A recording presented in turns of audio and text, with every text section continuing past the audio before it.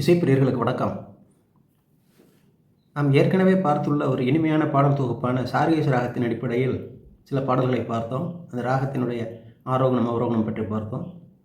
தற்பொழுது வெவ்வேறு பாடல்களுக்கு இடையில் இந்த சார்கேசிக்கான ஸ்வரங்களின் பிரவாகம் எவ்வாறு ஓடுகிறது என்பதனை பல்வேறு பாடல்களை கலந்து இசைத்து பார்க்கும்போது இனிமை மாறாமல் அப்படியே அடுத்தடுத்த பாடல்களில் எடுத்துச் செல்லப்படுவதை நாம தேடி பார்ப்போம். இன்று ஏற்கனவே சில உதாரணங்களாக பாடல்களை பார்த்துள்ளோம். இன்று அந்த உதாரணங்களுள் உள்ள சில பாடல்களை ஒன்றோடொன்று இணைத்து நாம் வாசிக்கும்போது எந்த பாடலில் உள்ளது என்று தெரியாத அளவிற்கு கலந்து இந்த ஸ்வரங்கள் ஓடுவதை நாம் இங்கு பார்க்கின்றோம். ஆகவே இந்த சார்கேசி பிரவாகத்தை கலவையாக பல்வேறு பாடல்களில் இன்று கீபோர்டின் உதவியால் இசைத்து பார்ப்போம். கீபோர்டிற்குள் செல்வோம். இந்த ராகத்திற்கான ஆரோகணம், அவரோகணம் ஒரு கட்டை சுருதியில்.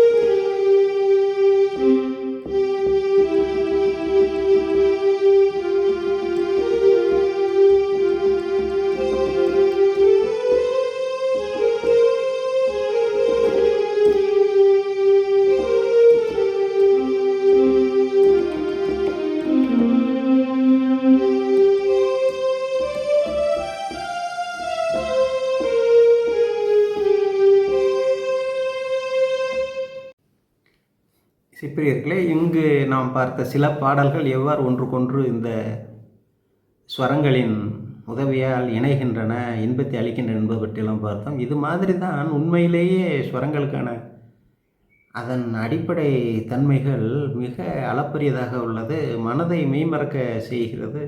இம்மாதிரியாக நாம் உள்ளூர சென்று பார்க்கும்போது இந்த ஒவ்வொரு ராகத்திற்கான பாடல்களும் மிக இனிமையாக அமைந்திருப்பதை நாம் அறிய முடியும். ஒவ்வொரு ராகமாக, ஒவ்வொரு ராகம் சார்ந்த பாடல்களாக ஸ்வரங்களை எண்ணி அது பற்றி அறிந்து என்று இவ்வாறு நகர்ந்து கொண்டுள்ளோம். ஆகவே அன்பர்கள், இதனை உண்மையிலேயே இசையின் இந்த இனிமையை நாம் உணரத் தொடங்கிவிட்டோம் என்றால் நமக்கு சிரமங்கள், கஷ்டங்கள் எல்லாம் நிச்சயமாக மனதிலிருந்து வெளிப்பட்டுவிடும். மனதுக்கு நிம்மதி கிடைக்கும் என்பதனை இதன் மூலம் அறிகின்றோம். இதற்கான வாய்ப்புகள் இந்த பிரபஞ்சம்தான் நமக்கு தர வேண்டும். நாம் இந்த இனிமையை மேலும் தொடர்ந்து உணர்வதற்கு தாங்கள் இந்த நம்முடைய ஹம்சுரா சேனலை சப்ஸ்கிரைப் செய்து கொள்ளுங்கள்.